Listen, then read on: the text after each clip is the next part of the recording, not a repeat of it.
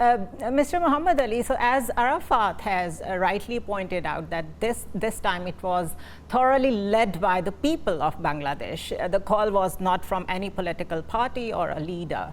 How do you see this new phenomena in Bangladesh, keeping in view that there have been many revolutions around the world, like the one in Tunisia, the Arab Spring, but after a certain time they all fizzle away, they go down the drain, and the outcome that people usually expect is a good, well-elected democratic government, and that doesn't happen. How do you look at this Bangladeshi case? I think the current Bangladeshi political crisis is a historic moment in the history of Bangladeshi politics, and it indicates four very transformational trends.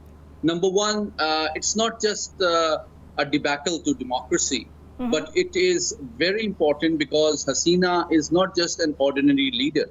She is the longest serving elected woman prime minister in the developing world. She is also, more importantly, the daughter of the founder of Bangladesh. Yeah. So her exodus from Bangladeshi politics and also physical departure from Bangladesh proves that there are serious questions being raised about the ideology that her party and she herself stood for, number one. Number two, the most important lesson from this crisis is that democracy, constitutionalism, secularism only works when it delivers and meets the expectations of the general public. People.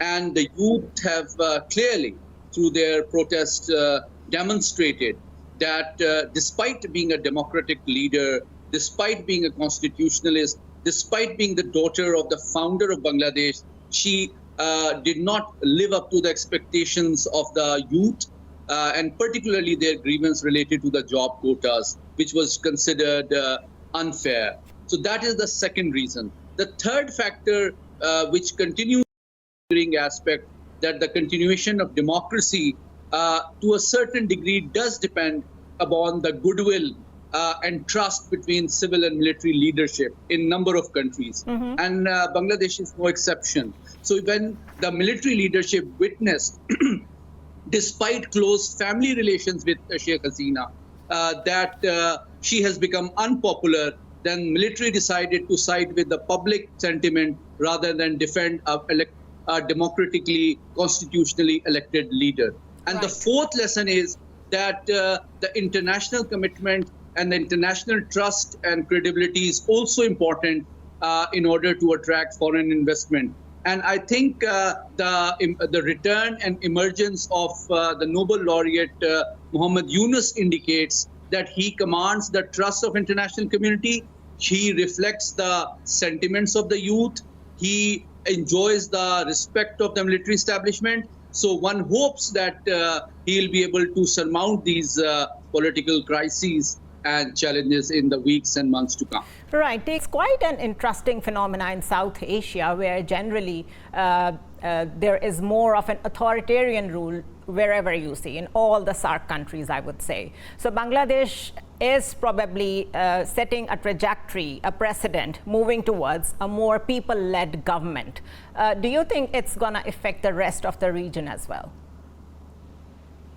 That's a very important question, but let me briefly comment on what's been said. I think the major causal factor behind her departure from the government was not economic, but socio-economic, in the context that the social grievances and the social injustice forced the youth to rise up against her rule, despite economic growth of Bangladeshi economy.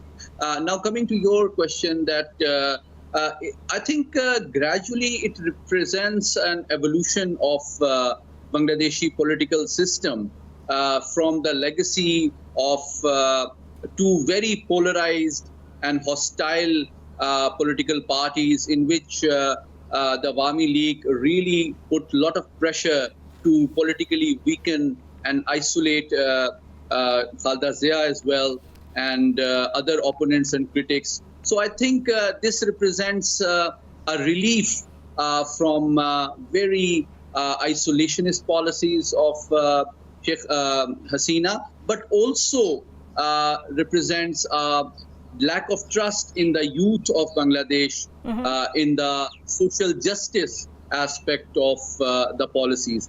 But the third aspect is very important, that once the public and the youth grievance reaches a certain point, it makes the sustainability of democracy and constitutionalism challenging, both domestically and internationally. And you must have witnessed that there was hardly any criticism, despite Sheikh Hasina's departure from rule, from the international community, and there were hardly any concerns regarding the democratic or constitutional credentials of the new leadership. So this indicates that the international community also considers it's more prudent to side with the public sentiment and the youth of Bangladesh, rather than emphasize and put pressure on the new government to return to democracy and ensure constitutionalism.